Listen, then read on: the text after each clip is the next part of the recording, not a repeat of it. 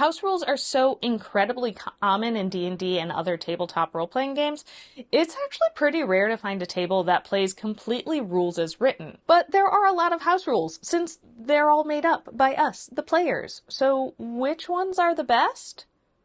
Well, I'm going to tell you my favorites and then let you decide.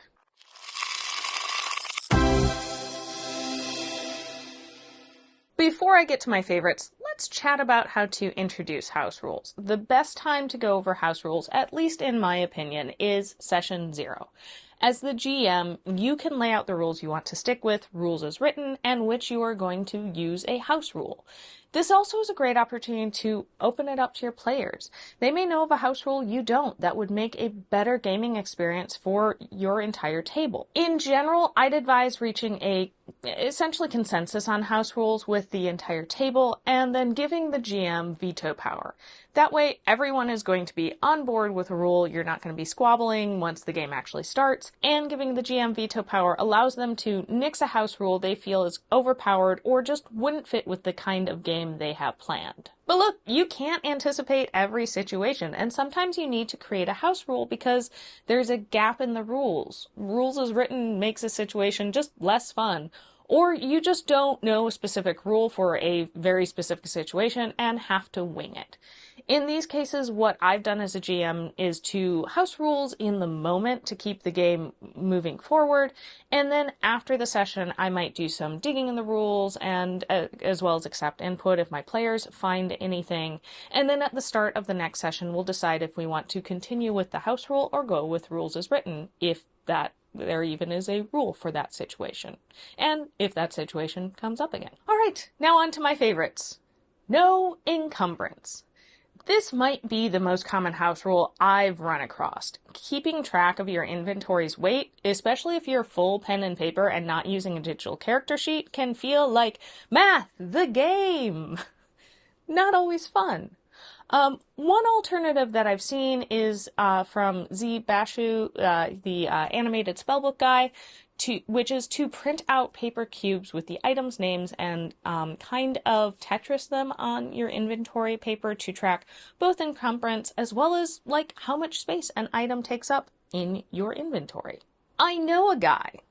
There are times where the players might just be stuck, but they still have an idea of like what they want to do, but are just not sure how to get there. In these moments, you can let your players say, I know a guy, and describe what it is they're wanting to do, what it is that they might need help with that an NPC can provide assistance, and then you as the GM get to create the NPC they know. Maybe you allow them to fill in a few details of the NPC and go from there.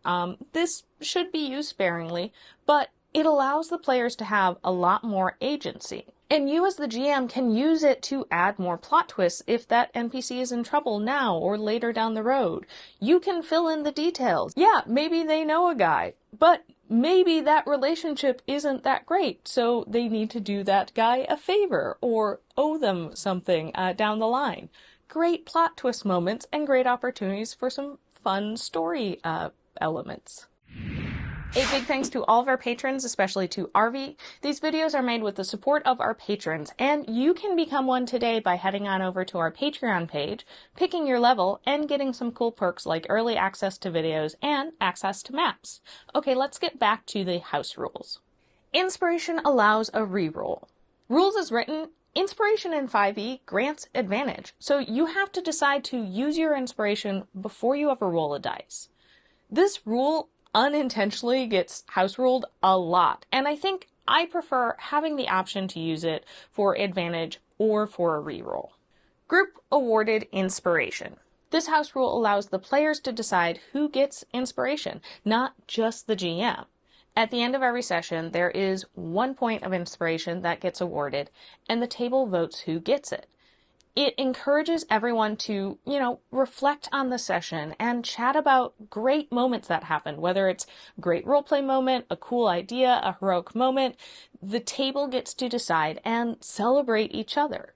Automatic success. This might be a little controversial. Look, the randomness of dice add a lot of fun to the game, but there are times where a failure just doesn't make sense or ruins an exceptional plan. This house rule should again be used sparingly, and maybe even something that as a GM you don't even really announce as an official house rule, but kind of keep it in your back pocket if the situation comes up. I use it a lot for small stuff that the characters clearly could do. I just let them succeed. I say, yeah, that's what you're trying to do. It works. It doesn't slow down the game with unnecessary rolls or allow for stupid moments of failure that wouldn't lead to interesting story moments. On the other hand, if your players come up with an ingenious plan or beautiful roleplay moment, reward the effort with a success and just don't call for a dice roll. So those are 5 of my favorite house rules. Do you use any of these rules, or do you have others you think should be on my favorites list? Let's chat about it more in the comments below. Thanks for watching, and I'll see you next time on Roll for Initiative. Bye!